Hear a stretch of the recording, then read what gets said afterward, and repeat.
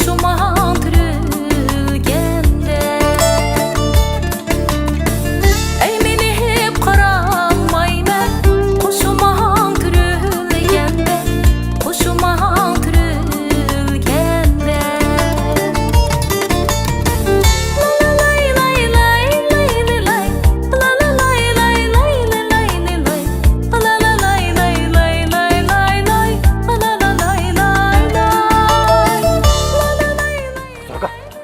Aka, ne diyorsun? Akşam magazin girsem, dükkan çoğu, hem aldı sütten ekanını, ne yapalım, aldı kesem, nasıl hizmet kımayma dedim.